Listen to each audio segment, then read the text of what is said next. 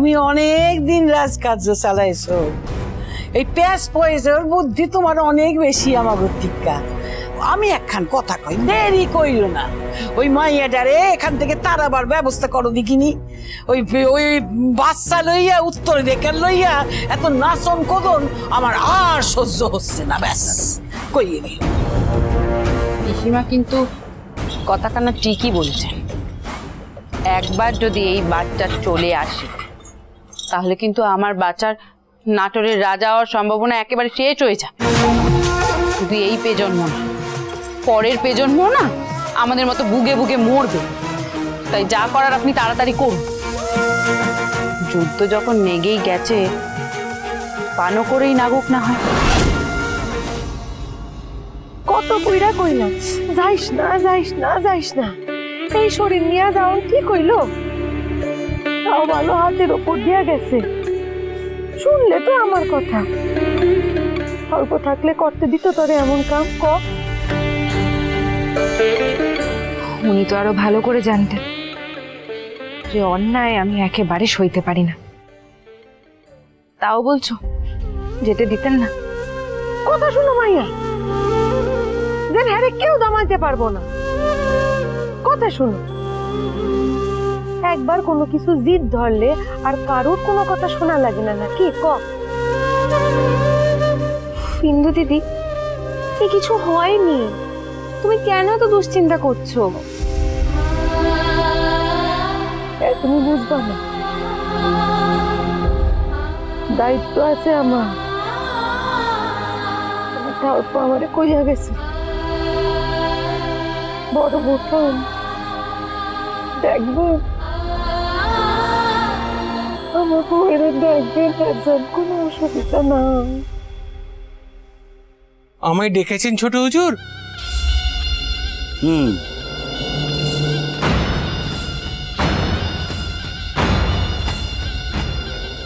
হাত পাতো, হাত পাতো।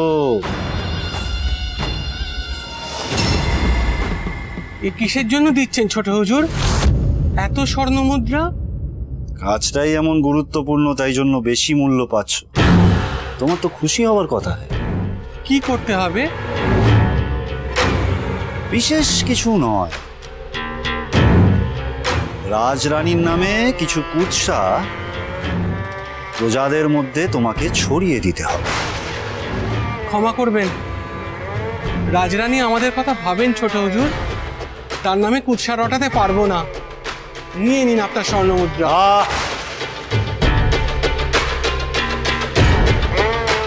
এই সততার নাটক আমার সামনে করো না। মুদ্রাগুলো রাখো, আর যেটা বলছি সেটা মানে মানে করে ফেলো, নইলে তোমার চাকরি খেতে আমার এক মুহূর্ত সময় লাগবে না, বুঝলে? ক্ষমা করবেন, মানে অর্থের প্রয়োজন সকলেরই আছে ছোট হুজুর, কিন্তু বলুন মানে কি রটাতে হবে? বেশ, এই তো বুদ্ধিমানের মতো কথা। আচ্ছা, এবার থেকে আর যাব। ঠিক ঠিক কথা দে, গাছ উইয়া কথা দে। একদম ঠিক, তরোয়াল আর হাতে দেব না, আর আমার পাশে শুধু তুমি থাকবে। স্যার, তোরে আর কোনো কথা কমু না। বৌরানী, হিন্দু বৌরানী কেমন আছে? হ্যাঁ আইসেন, আসেন আসেন, বসেন বসেন। কই দেখি দেখি বাচ্চা, তুমি কি মা হিন্দু বউ? এ তো অনেকক্ষণ কত হয়েছে দেখছি। তুমি ঠিক আছে তো বাচ্চা? হ্যাঁ, তোমার কিছু হয়নি তো? তুমি ঠিক আছে তো? হে জয় দুর্গা, অসীম কৃপা। তুমি না থাকলে কি হবে বলো দেখি? চতুর্দিকে অরো জগৎটা ভরে গেছে। তুমি ঠিক আছো তো বাচ্চা? হ্যাঁ, আপনি চিন্তা করেন না এই ব্যাপারে। এই মাইয়া দেখা লইব, হক গলরে একাই সামলাইয়া লইব। আমার চিন্তা হ্যাঁ রে নিয়া, হ্যাঁ রে সামলাইমু কি কইরা? উমা, এ আবার কেমন কথা হিন্দু বউ? তুমি তো আছো সর্বক্ষণ তার খেয়াল রাখার জন্য, আর আমরাও তো আছি সকলে। কি গো ইন্দু দিদি, শুনলে? আর কি কি কমু? আর কিছু কওনের নাই? তোমার হয়েছে যত জ্বালা। বৌরানী, আমি শুনলুম তুমি নাকি চাষিদের সব খাজনা মুকুব করে দিয়েছো। সিংহাসনে বসার দিন নাটোরের সব মেয়ে বউদের তো জেটিয়ে এখানে এনে জড়ো করেছিলিস, হ্যাঁ? দল বেঁধে বেরিয়ে গেলি, জেটিয়ে জেটিয়ে লোক জুটিয়ে আনলি, যাতে ভবানী রানী হয়, তাই তো? এই কি ভেবেছিস, কি ভেবেছিস আমরা কিছুই জানি না, কিছুই বুঝি না, তাই তো? আমি কিছু করিনি মা, হীরা দিদিরা গেছিল। সে তো তোর দলেরই লোক। যখন সে কাজকানা হয়েছে তখন এই কাজকানাও হবে। শোন কি করতে হবে।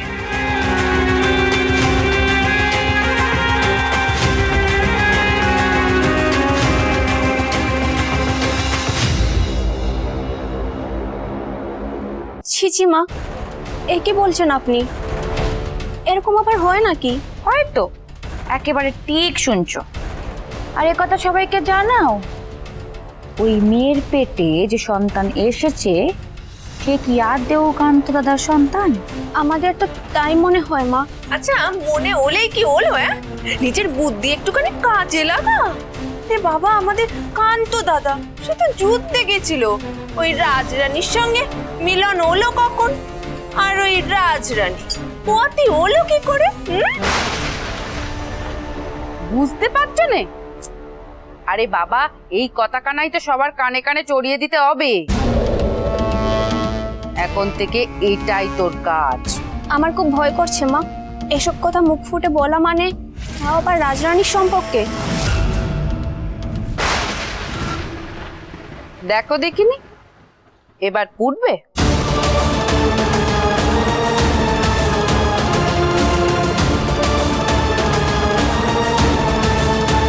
খুব ফুটবে।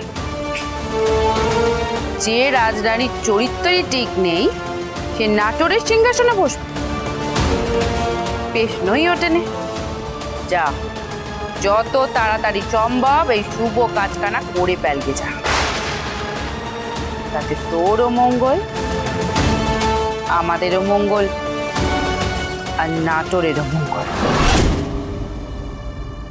খুব ভালো কাজ করেছো। হ্যাঁ গো, আমি কইছি, খুব ভালো কাজ করেছো। সত্যি তো, চাষিদের অত কষ্ট করা ফসল তাদের সব নাকি আগুন দিয়ে জ্বালিয়ে দিয়েছে। তারা খাজনা দেবে কি করে? কিছু থাকলে তবে তো দেবে। উচিত কাজ করেছি তোমা। বললুম যে তুমি একদম ঠিক করেছো, উন্নি করেছো। তোমার মঙ্গল হোক।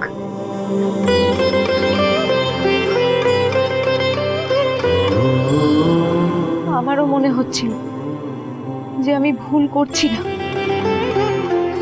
এই সময় তো আমাদের তাদের প্রতি সাহায্যের হাত বাড়িয়ে দেওয়া উচিত, তাই না? যা ক্ষতি হয়েছে তারা যাতে তা পূরণ করতে পারে। মা ভবানী, সকলকে দেখে রেখো, সবার মঙ্গল করো, এই আমার প্রার্থনা। জয় মা ভবানী।